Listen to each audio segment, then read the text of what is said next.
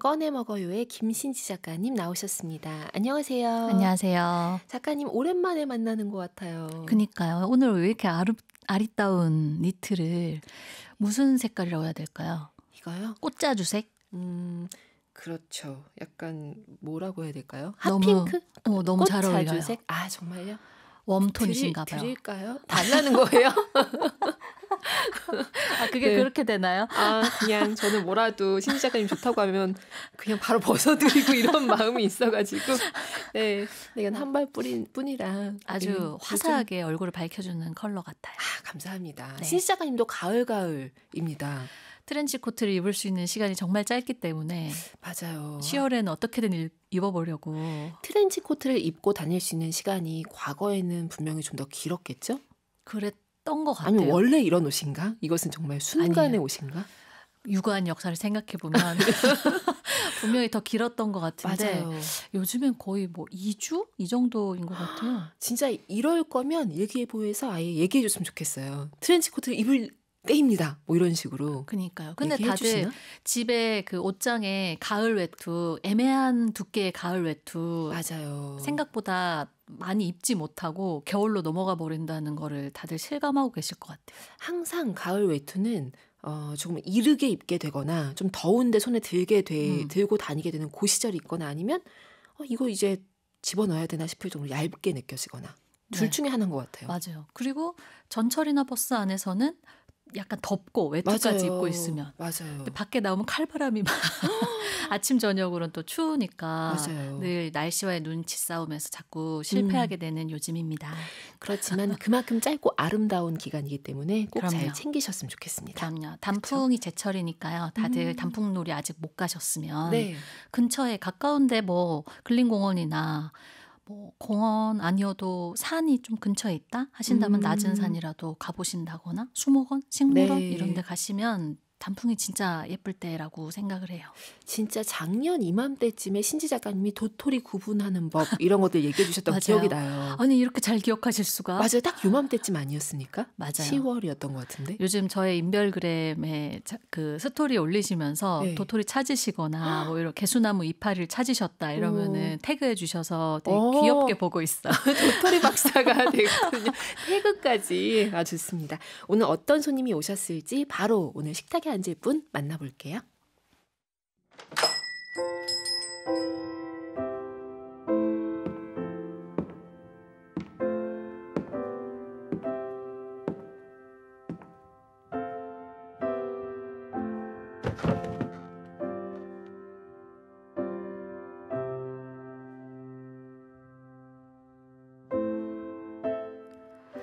그거 있잖아 그거.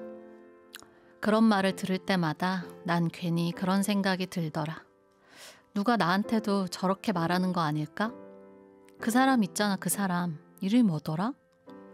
그렇게 딱히 인상적이지도 있어도 없어도 그만인 채로 그렇게 인식되고 있는 건 아닐까? 괜히 그런 생각 들더라. 넌 안 그래?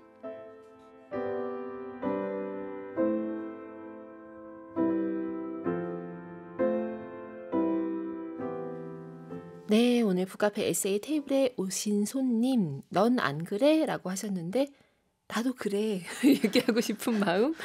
전 안 그래요. 아, 그래요? 신지 이름이 작가님? 특이해서 아, 그렇죠. 신지게 이렇게 별로더라. 신지개는 뭐예요? 신지게 별로더라. 이렇게 네. 이름이 특이하면 착하게 살아야 돼요. 그러네요. 한 번씩 신지 그런 작가님 얘기 이름이 특이한가? 특이하지 않아요? 이제 너무 많이 이제 아. 익숙하게 느껴져가지고. 일단 학교 다니면서 한 번도 만난 적이 없고요. 그리고 그래서 이름이 같은 사람을 살면서 한 번 만나봤거든요. 만났어요? 북토크 하러 가서 북토크에서 그것도? 제주도에서 너무 우와. 반가웠어요. 둘 다 약간 그 뭐라 그러죠? 닮은 사람? 도플갱어. 도플갱어 만나듯이 저 이름 같은 사람 처음 만나봐요. 막 이러면서. 와, 그러니까, 엄청난 네. 특별한 유대감을 느끼셨겠네요. 네, 그러니까 굉장히 드문 이름 같긴 해요. 아, 그렇군요. 사실 사람한테 그 사람 이렇게 한 적은 잘 없는 것 같아요. 저도 아주 오래전에 뭐 만나서 잠깐 스쳐가서 기억이 안 나는 경우 말고는 애칭을 잘 붙여주는 편이고 아니면 이름을 콕 집어서 얘기하는 걸 좋아하기 때문에 그런 편인데 문제는 저는 그거보다는 지시어 남발이 일상생활에서 이걸 거기다 줄까? 그게 그거지? 뭐 이런 거 있잖아요. 가족만 알아들을 수 있는 가족이거나 친구들. 동료 굉장히 자주 네. 만나는 사람들만 그런 사람조차도 가끔은 정색하는 그게 도대체 뭔데 이건 뭐며 하지만 또 반대로 그 맞추면 역시 우리는 운명적이야. 우린 역시 가까워 그렇죠. 이런 생각할 때도 있죠. 그렇죠. 내가 이렇게 말했는데 어떻게 알아들었어? 맞아요. 이러잖아요. 신지 작가님은 어떠세요? 이 사람을 이렇게 뭐 그 사람 이렇게 한다거나 아니면 뭔가 사물이나 어떤 현상 같은 거 이거 그거 저거 이런 식으로 많이 좀 쓰시는지. 저도 근데 사물에는 애칭을 좀 붙여주는 편인 것 같아요. 사물에? 네. 오. 그게 그러는 사람 유형이 있고 아닌 사람 유형이 있더라고요. 네. 뭐 물건에 이름을 붙여 낯간지럽게 이런 건 이제 있는데 저희 집 로봇 청소기 이름은 월이에요. 월이. 월이. 그 영화에 애니메이션. 나왔던. 예. 아. 그렇게 청소를 하고 있기 때문에 우리 집을 이렇게. 옛날에 저희 집 차 이름이었는데 아, 월이는. 저도 그래요? 좀 붙여주는 편이긴 하거든요. 그러니까 그냥 로봇 청소기일 때보다 훨씬 애착이 가고요. 네. 그러니까 괜히 걔가 어디서 막 턱에 걸려서 베란다 턱에서 막 이러고 있으면 월이야 막 이러면서 가서 구출해주고. 그러니까 좀 애칭을 붙인다는 건 어쨌든 말 맞아요. 그대로 애정이 조금 더 담기게 되는. 맞아요. 좀 귀엽게 보게 되는 경향이 있어요. 저도 저희 집 로봇 청소기 이름을 제가 예전에 어떤 소설에 썼던 그 로봇 청소기 이름을 가지고 와서 그 소설에서는 이제 팽이가 아니다 해서 논팽이였거든요. 근데 저희 집 로봇 청소기 이름은 논팽이로 이제 약간 그렇게 됐어요. 아, 활동을 많이 하지 않나 봐요. 주로 쉬시나 많이. 봐요. 사실 물걸레 청소기 이름도 있는데 그건 좀 방송용이 아니라 아, 그래요? 제가 이따가 살짝 얘기해 드릴게요. 나만 들어야지. 네. 자, 우리 카페인 분들은 어떠신지 궁금합니다. 자신만 아는 사물에 애칭 붙여주시는지 혹은 명확한 이름들 잘 알고 살고 계신지 오늘 사연으로 많이 보내주세요. 월일을 다른 것에 붙이는 카페인 여러분이 계시다면 되게 반갑겠네요. 그거 굉장히 차와? 인기 있는 이름이라서. 아, 그래요? 그러면 반갑겠네요. 그래도. 네, 진짜 궁금해요. 그러니까요. 뭐 우리 집 국자 이름이 월리입니다. 이럴 수도 있잖아요. 보내주세요, 여러분. 네, 기다리고 있겠습니다. 스탠딩 에그의 너라면 괜찮아 들려드릴게요. 윤고은의 EBS 북카페와 함께하고 있습니다. 자, 제가 첫 곡을 듣고 와서 시제를 발표하겠다라고 얘기했던 것을 또 신지 작가님이 딱 기억하셔가지고. 네, 자꾸 네. 뒤로 미루시길래 노래 나가는 우리 뱉어놓은 말 이제 수습해야 된다. 네, 알겠어요. 그래서 정했습니다. 맞아요. 우리 함께 마음을 모아서 정했습니다, 네. 여러분. 시제를 공개하시죠. 시제 두둥. 올해의 실수. 올해의 실수. 왜냐하면 100일장을 하겠다고 해놓고 여태 시제를 안 드린 것도 우리의 실수이기 때문에 그렇죠. 실수에서 출발한 100일장이므로 올해의 실수로 드리겠어요. 뭐 크고 작은 실수를 우리가 다 하면서 살아가니까요. 맞아요. 근데 좀 그냥 실수라고 하면 너무 폭이 넓을 것 같아서 여러분들께 앞에 시간 한정 올해의를 붙여드렸습니다. 그래서. 올해의 실수. 네. 분량을 A4 용지 뭐 한 10포인트 정도로 해서 글자 네. A4 용지 한 3분의 2 네. 안쪽으로. 네, 그 그래야 정도가 저희가 딱 좋을 낭독이 것 같아요. 자르지 않고 낭독이 가능하거든요. 네. 네. 뭐 지금 생각해도 웃긴 좀 웃음이 나게 되는 이불킥하게 되는 그런 실수여도 좋고요. 그렇죠. 사무치는 실수여도 좋고요. 그리고 좀 실수 덜 하고 살아야지라는 생각을 많이 하는데 자꾸 우당탕탕하는 사람의 어떤 네. 하루여도 좋고요. 맞아요. 떠오르는 어떤 것이든 혹은 내 실수는 아니고 다른 사람을 폭로하고 싶다.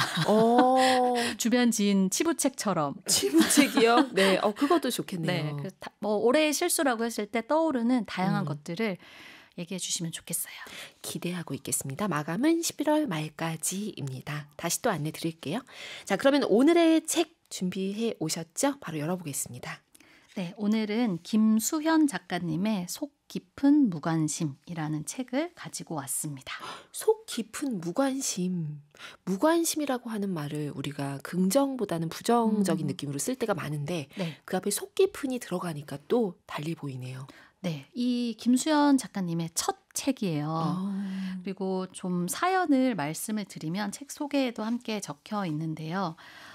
엄마 없이 자란 그가 엄마가 되기까지 삶을 채워준 가만한 사랑에 대한 기록이라고 되어 있어요. 네. 그래서 아빠가 세상을 먼저 떠나고 엄마와는 한 3년여 정도 같이 살다가 6살에 동생과 함께 할머니에게 맡겨지는데 또 어렸을 때는 이해하기 어려운 방식으로 동생이 입양을 가게 돼서 네. 이제 동생과도 헤어지고 이제 할머니와 함께 살게 된 그런 삶에 대한 이야기가 책의 앞부분에 좀 많이 담겨 있어요. 그래서 근데 누군가 이렇게 책 속에 적힌 것처럼 한 사람 인생을 이렇게 몇 마디로 요약해 버리면 그냥 우리가 좀 평면적으로 생각하게 되잖아요. 맞아요. 딱 해라. 뭐 이런 정도로 힘들었겠다. 네, 뭐 이런 느낌? 인식을 하게 되는데 오히려 그런 시선에서 벗어나게 만들어주는 에피소드와 또 가치관에 대한 이 김수현 작가님의 삶의 태도에 대한 글이 많아서 네. 굉장히 속 깊은 독자로 만들어주는 책이기도 합니다. 우리를 속 깊은 독자로 만들어준다라고 하셨는데 궁금합니다. 이 중에 어떤 부분을 먼저 만나볼까요? 네, 제목을 아까 작가님도 언급해 주셨는데 네. 어째서 이런 제목이 탄생했을까 하는 부분을 딱 설명해 주는 에세이를 가지고 왔습니다. 신시 작가님 낭독으로 만나보겠습니다.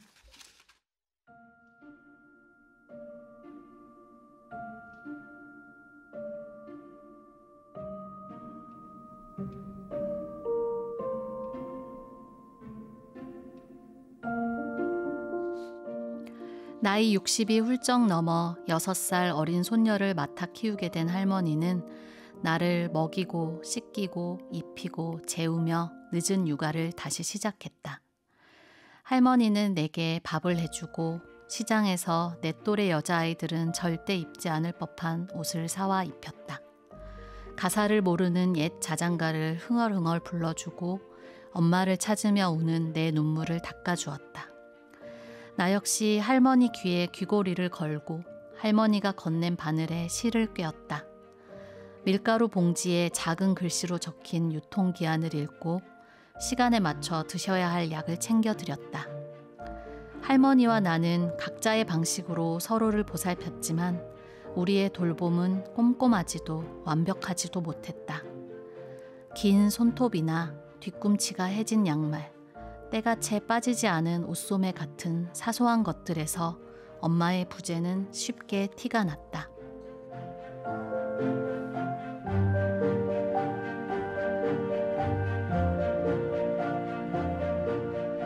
우리 반 선생님은 다른 반 선생님들처럼 아이들에게 살갑거나 상냥하지 않았다. 유치원은 피아노 학원을 동시에 운영하고 있었는데 선생님은 우리 반과 피아노 지도를 도맡아 하고 있었다. 피아노를 배우는 몇몇 아이들은 선생님이 무섭다며 배우기 싫다고 소곤거렸다. 건반을 잘못 누르면 손가락을 자로 탁 때리며 미, 파 하고 째려보는 선생님을 아이들이 흉내내면 괜히 내 어깨까지 움츠러들었다. 하원 시간을 앞두고 아이들이 하나 둘 집으로 갔다. 나는 할머니를 기다리며 친구와 교구를 만지작거리며 놀고 있었다. 대뜸 선생님이 나를 불렀다.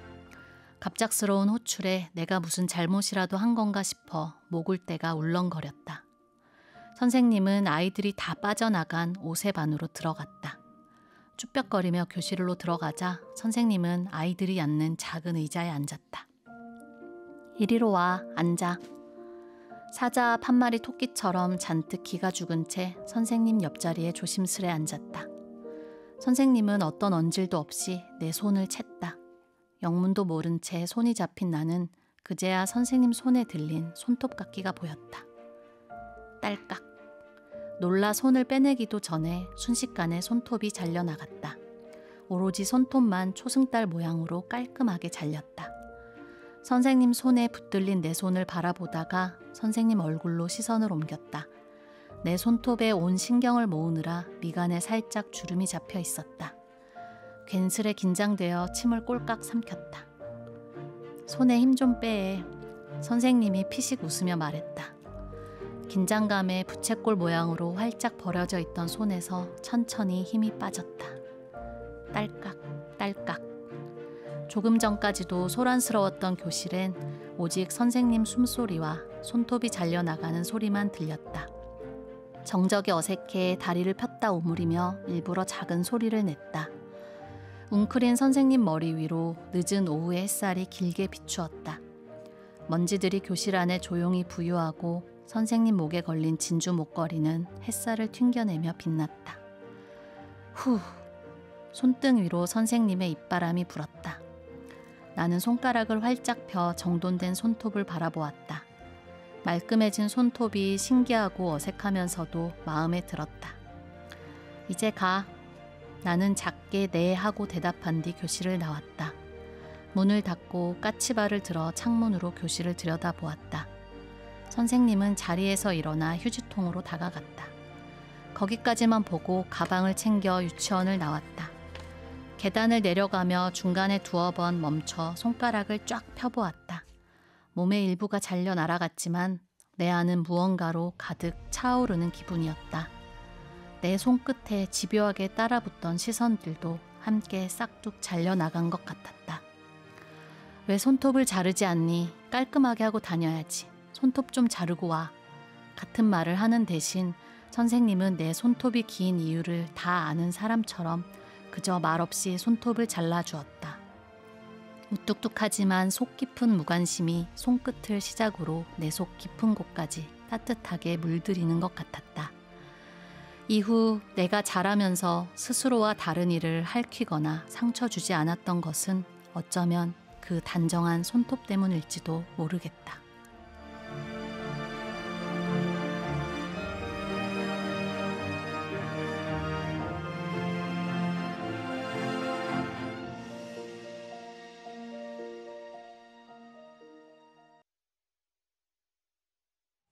최유리의 나의 품에 숨겨줄게 띄워드렸습니다.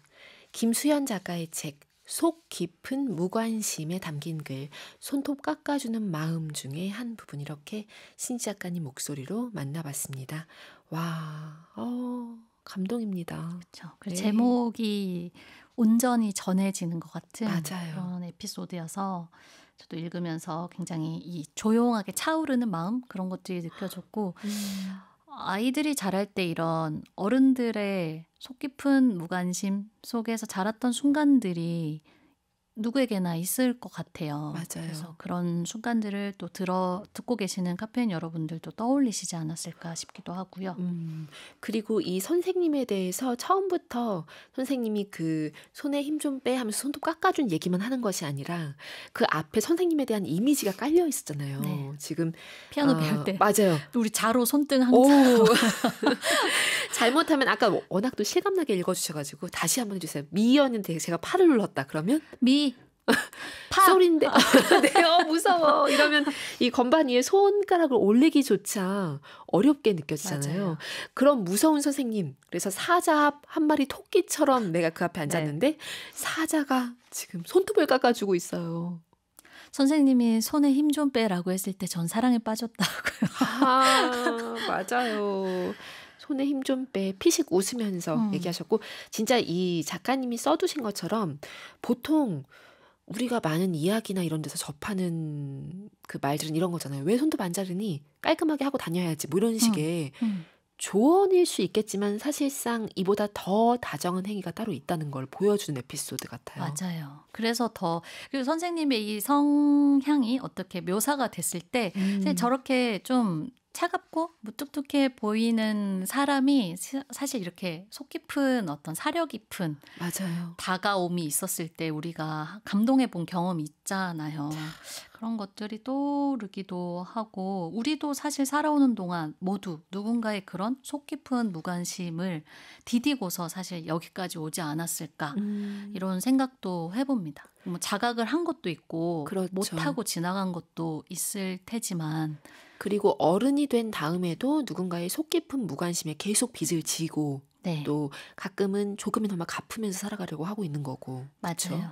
그리고 또 이 김수현 작가님의 어린 시절 어렸을 때 이 수연이에게 대하듯이 지금 네. 어른이 된 우리도 어린이들에게 이런 태도를 보여줘야 되는 게 그렇죠. 아닌 굉장히 EBS적인 대화를 EBS적이지만 인간이라면 이제 맞아요. 해야 하는 그런 우리가 잊으면 안 되는 부분에 대한 거니까요. 뭐 맞아요. 이 김수현 작가님이 그 이후에 아이를 키우면서 느낀 감정들도 책에 실려 맞아요. 있어요? 2부에서는 본격적으로 그런 이야기들이 등장을 해서 또 자신의 어린 시절과 겹치면서 생각하게 된 것들이 담겨 있어서 음. 좀 깊어지는 내용이 있는데요. 네. 네, 이 아이가 생겼을 때 이제 수연 작가 입장에서는 사랑받고 자란 티가 나게 그래서 매 순간 사랑만을 주겠다 이렇게 다짐을 했지만 사실 육아라는 게 그렇지가 않잖아요. 네. 화를 내게 되는 상황도 생기고 이래서 후회할 때 한 지인이 근데 우리도 다 그렇게 자랐잖아. 아이가 살아가면서 엄마만 만나는 것도 아니고 너무 애쓰지 마.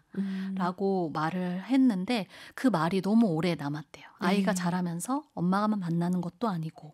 근데 자기 역시 사실 할머니와 고모, 고모부 등 그런 사람들의 사랑을 받으면서 여기까지 왔는데 그쵸. 우리가 흔히 뭔가 얘기를 할 때 한 사람의 특성을 부모와 연결해서 말할 때가 많잖아요. 네. 부모 사랑을 많이 받고 자라서 뭐 밝구나, 너 곱게 음. 자랐구나, 뭐 그렇게 말하기도 하고, 부모가 교육을 잘해서 예의가 바르구나 이런 식으로. 네. 그러면은 그렇지 않은 상황은 반대라는 건가가 자연스럽게 그렇죠. 성립이 되는데. 사람들에게 근데 자신이 받은 그 사랑의 출처를 보여주고 싶다. 사실 부모 손에 자라지 않았더라도 할머니나 고모, 고모부가 그러니까 딸처럼 자기를 대한 게 아니라 네. 할머니로서 손녀에게 그리고 음. 고모나 고모부는 조카에게 줄 수 있는 사랑을 충분히 주었고 그래서 예전에는 그런 말이 좀 서운하거나 당황스러웠지만 네. 사랑 많이 받고 자라신 것 같아요. 밝아 보여서 뭐 그렇다 하고 했을 때 지금은 그 말이 틀리지 않았다. 난 사랑을 많이 받고 자랐다라고 이야기하는 부분이 또 되게 감동적이었어요. 맞아요. 아이에게 물론 부모는 절대적인 존재이긴 하지만 사실 예전에 제가 어디서 읽었던 책에 나왔던 부분인데 굉장히 인상적이었던 것이 아이가 자랄 때 그 꼭 부모만이 아니라 그 수많은 사람들 중에서 좀 의지할 수 있고 자기를 진심으로 대해주는 한 명의 어른만 있어도 그 아이는 사랑을 충족하면서 살아갈 수 있다라는 그런 식의 내용이 있었거든요. 네. 저는 그게 맞다고 생각이 들어요. 지금 맞아요. 들려주신 얘기도 그런 거잖아요. 어찌 맞아요. 보면. 그래서 그 부분이 사실 지금 육아 때문에 번뇌를 겪으면서 지내고 계실 카페인 여러분들도 네. 나의 사랑의 전부가 아니라 아이는 이 다양한 사랑의 출처를 가지고 자랄 그쵸. 거야라고 생각하면서 좀 마음을 놓으셔도 좋을 것 같고 맞아요. 또 나의 어린 시절을 되짚어 봤을 때도 다양한 사람들이 나에게 이런 사랑을 주어서 지금의 내가 되었지라고 생각하시는 것도 따뜻해지는 일일 것 같아요. 그러네요. 자, 다른 에피소드 또 만나보겠습니다. 이번에는 어떤 부분 소개해 주실 건가요? 네, 이번에도 우리가 좀 흔히 하는 말이 누군가의 굉장히 결례가 될 수 있다는 걸 다시 한번 깨닫게 하는 대목인데요. 가져와 보았습니다. 네, 낭독 부탁드릴게요.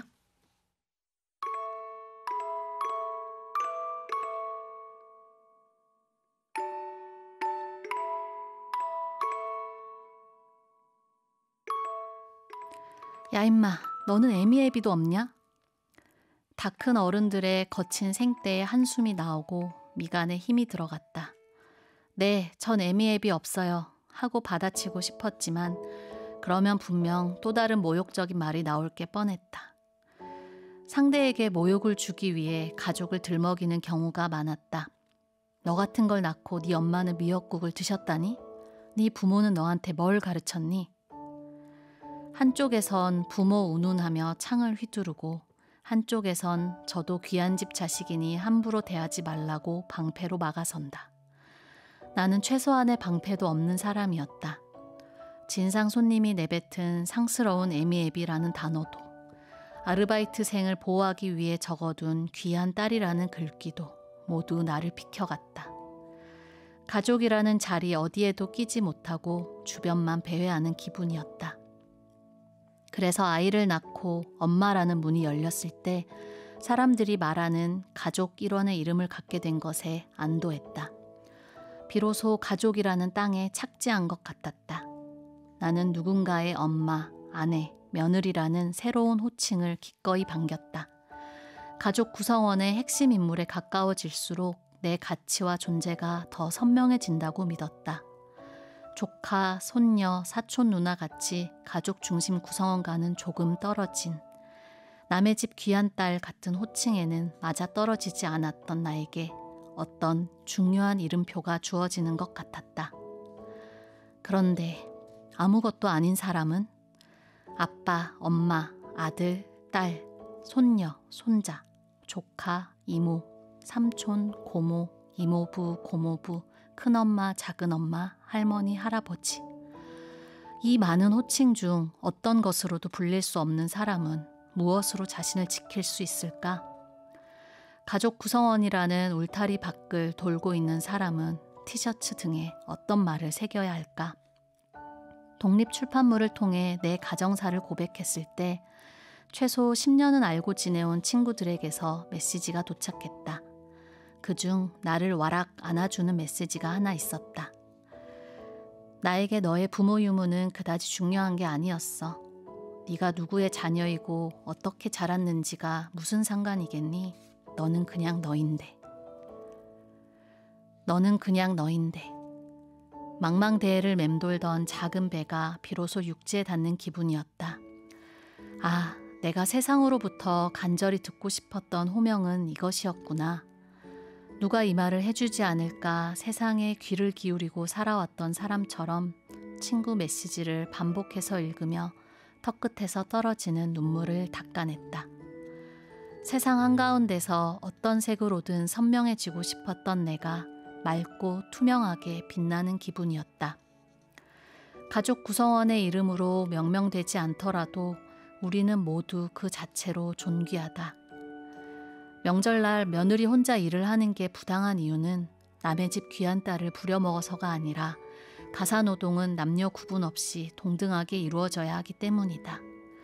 아파트 경비원에게 무례한 갑질을 하지 않아야 하는 것은 그가 누군가의 아버지라서가 아니라 사람과 사람 사이에 예를 갖추는 것이 당연한 일이기 때문이고, 어린아이를 환대해야 하는 이유는 누군가의 자녀라서가 아니라 사람이라면 모두가 어린 시절을 건너왔기 때문이다.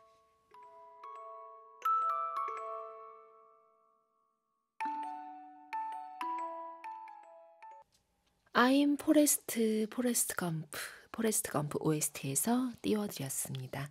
김수연 작가의 책 속 깊은 무관심에 담긴 글 누구의 무엇도 아닌 이렇게 만나봤습니다. 신지 작가님 목소리 통해서 또 이렇게 만나게 되니까 더 속속 들어오는 느낌이 들어요. 제가 나날이 낭독에 네, 갑자기 맞아요. 네, 그 얘기를 또 드리고 싶기도 잘 했고요. 끊어 읽어서 또 너무 이 쓰실 때 마음을 정확하게 전달하고 싶은 그 맞아요. 욕구가 계속 생기더라고요. 소실하지 않고 다 맞아요. 이렇게 전달하고 싶어 하는 마음이 느껴졌고요. 그래서 꼭꼭 눌러서 또 읽어주신 부분들이 있고, 와, 진짜 특히 이 뒷부분, 남의 집 귀한 딸을 부려먹어서가 아니라 가스노동은 남녀 구분 없이 동등하게 이루어져야 하기 때문이며, 그쵸? 네. 아파트 경비원에게 무례한 갑질을 하지 않아야 하는 것은 또 그가 누군가의 아버지여서가 아니라 사람이기 때문에, 그쵸? 사람과 사람 사이의 예이기 때문에 아이에 대한 것도 마찬가지고 이렇게 짚어주는 부분이 정말 새겼으면 하는 부분이었어요. 맞아요. 예전에 그 깊은 밤의 파수꾼이란 책 맞아요. 소개했을 때도 우리가 떠올랐어요. 네, 맞아요. 콜센터 상담원들이 누군가의 가족인 것을 인식시키면서 했던 그 캠페인에 대해서 그쵸. 언급한 적도 있었는데, 이 에피소드도 아이랑 식당에 갔는데 그 아르바이트생 입고 있는 티셔츠 이제 등에 남의 집 귀한 딸 이런 네. 티셔츠 요즘 입고 일하는 뭐 식당 같은 데가 있거든요. 그걸 보고 아이가 저게 무슨 뜻이냐고 왜 저런 옷을 입고 있냐 해서 설명을 해주다가 아이가 그럼 아무것도 아닌 사람은? 이라고 하는 질문을 하면서 이 작가님의 생각이 전개가 되는 그런 글이었어요. 그러니까 아이도 그게 대번 궁금해지는 거 아니에요. 그쵸? 그렇죠. 그럼 남의 집 귀한 딸이면 아무것도 아닌 사람은? 이라고 묻게 되는데. 그럼 다양한 관계 속에 있지 않아서 자신을 그런 관계로 설명할 수, 표현할 수 없는 사람은 네. 그럼 귀하지 않은 건가?에 대한 또 아이의 시선으로 훅 들어오는 질문이 있는 것이기도 하고요. 그래서 이 책을 읽다 보면 우리가 무의식 중에 쓰는 표현들을 제거하게 만드는 네. 그런 에피소드들이 등장을 하는데, 이를테면 나은 정이라는 말은 사실 여러 사람의 마음을 동시에 핥히는 말이기도 하다는 그런 표현도 등장을 해요. 사실 세상의 새엄마들에게는 냉정하고 표독스러운 이미지를 씌우고, 네. 그리고 친엄마에게는 아이를 꼭 자기 손으로 키워야 된다라는 어떤 의무감, 책임감, 그쵸. 또 피치 못하게 그렇지 못한 상황에서는 죄책감을 크게 안겨주고 네. 그럼 친엄마에게 제대로 사랑받거나 혹은 그러니까 사랑받지 못했거나 음. 상처받은 사람은 당연히 받아야 될 사랑을 애초에 받지 못한 사람 또 이렇게 좀 낙인을 찍는 그런 효과가 생기잖아요. 그래서 음.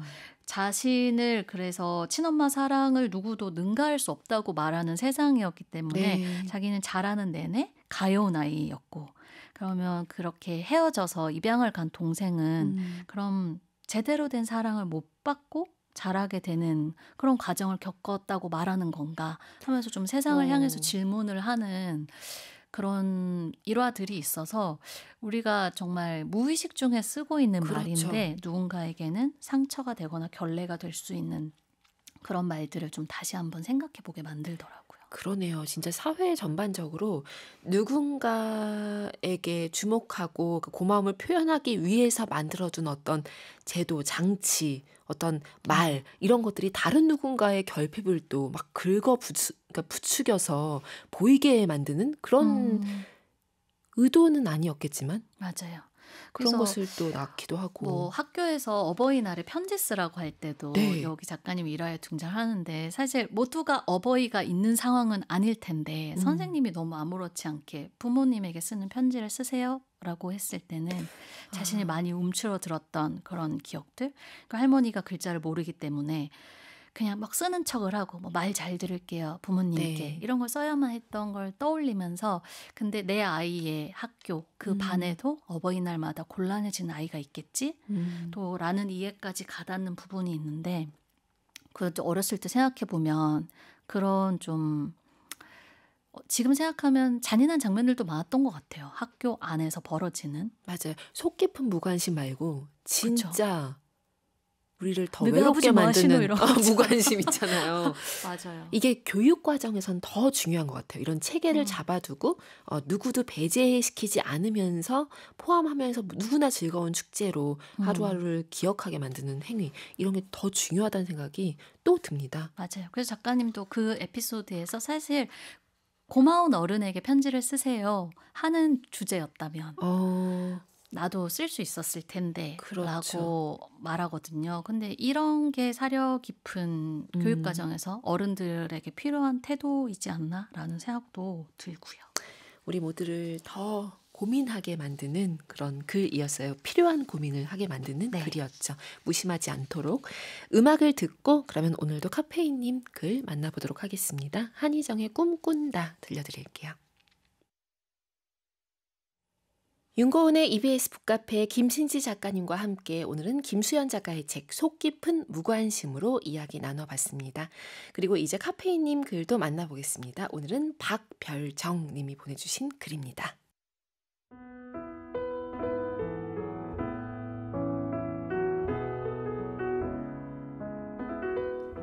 번아웃, 퇴사 대신 안식월, 박별정.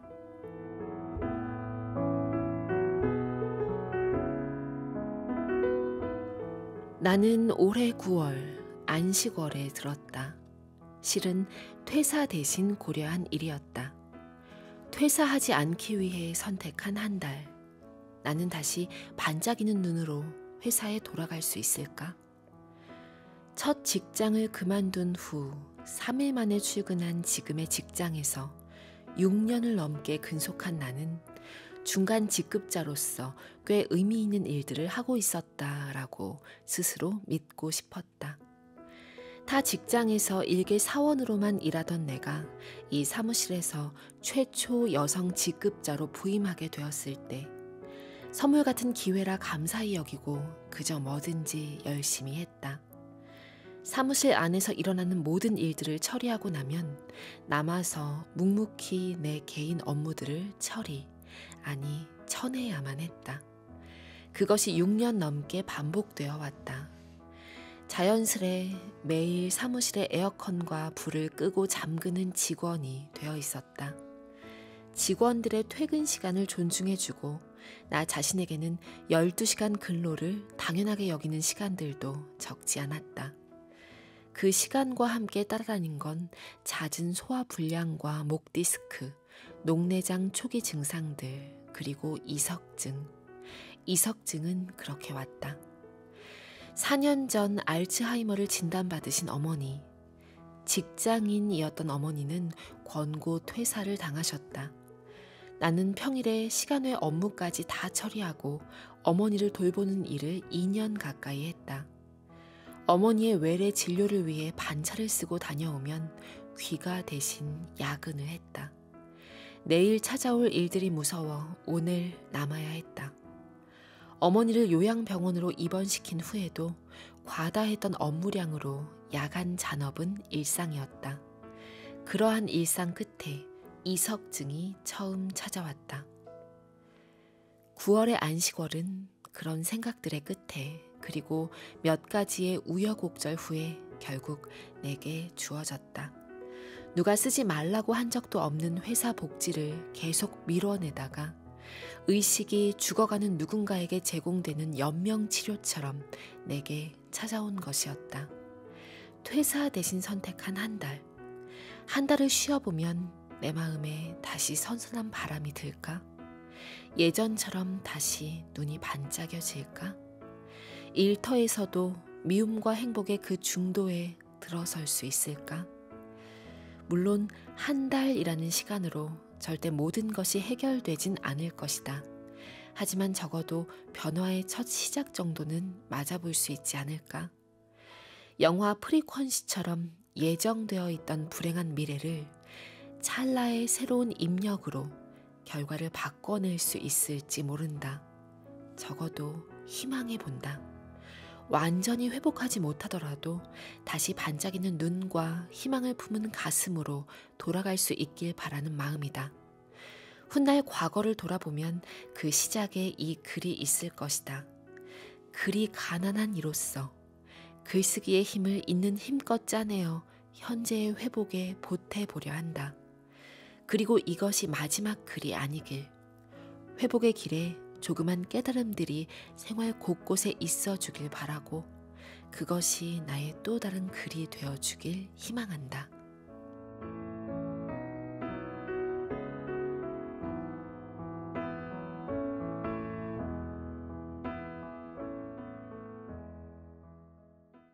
네, 오늘 카페인 박별정님 글이었습니다. 작가의 말을 이렇게 살짝 적어주셨어요. 들어가기에 앞서 이것은 에세이인가 답답한 장문의 하소연인가 읽혀지지 않는 글이 되더라도 이 게시판을 통해 답답함을 내려놓을 수 있어 살 것 같습니다. 너무 감사합니다. 이것이 사실 글의 효용 아닌가요? 저는 그런 생각을 하면서 들었어요. 이 작가의 맞아요. 말을 낭독해 주시기 전에 읽었기 때문에 네. 어떤 글을 그러니까 쓴다는 것 자체가 사실 자기 마음 정리하는 역할이 크기도 하고요. 이 끝에 희망이란 얘기를 해주셨는데 저는 네. 희망하는 것이 있는 사람만이 글을 또 쓴다고 생각을 하거든요. 맞아요. 바라는 미래가 있고 희망하는 어떤 마음이 음. 있을 때 글이 나올 수 있는 것이어서 이 글을 쓰시는 동안 또 마음이 많이 좀 다독여지셨기를 바라고 또 그랬다고 말씀해 주셔서 너무 좋고요. 맞아요. 글이 가난한 이로써 글쓰기의 힘을 있는 힘껏 짜내어서 현재의 회복에 보태보려 한다. 이 문장이 전 오랫동안 나올 것 같습니다. 글쓰기가 이렇게 좋습니다, 여러분. 맞아요.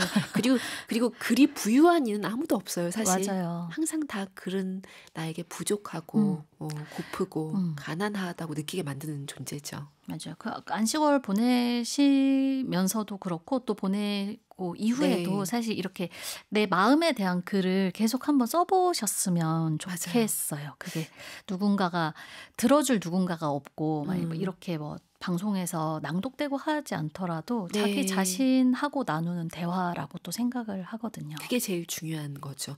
맞아요. 오늘은 안 오나 했는데 박별정님 글이 읽으면서 약간 저를 또 쿵하게 만들었습니다. 네, 계속 글 쓰시길 그리고 쓰신다는 소식 전해주시기를 게시판은 항상 열려 있으니까요. 기다리고 있겠습니다. 저희 정리된 입장 살짝 빠르게 공지하고 가겠습니다. 11월 한 달간 받을 거고요. 100일장. 그렇습니다. 그리고 주제는 올해의 실수입니다. 카페인 분들이 보내주시면 저희가 그 이후 몇 분이 보내주실지 모르겠지만 물밀듯이 들어오겠죠? 그러면 막 이 뭐 심사라는 말을 하기 좀 애매하지만 아무튼 그것을 읽고 좀 방송에 소개할 분량을 고르는데 아마 시간이 좀 걸리겠죠? 12월에 많이 걸렸으면 좋겠어요. 여러분. 분류가 안 됐으면 좋겠어요. 네. 12월을 비워놓고 기다릴게요. 맞아요. 그래서 12월에 어느 날 정말 특집처럼 우리 카페인 분들의 글로 꽉 채워도 좋겠다는 생각이 이제 들었습니다. 아우 좋아요. 네, 기대하고 있을게요. 한희정의 꿈꾼다. 네, 어, 우린 꿈꾸고 꿈꾼다. 있을게요. 네. 여러분 꿈꾸고 있을게요. 맞아요. 이 곡 들려드리면서 마무리하겠습니다. 신지 작가님 감사합니다. 감사합니다. 카페인 분들 오늘도 고운 하루 만드세요.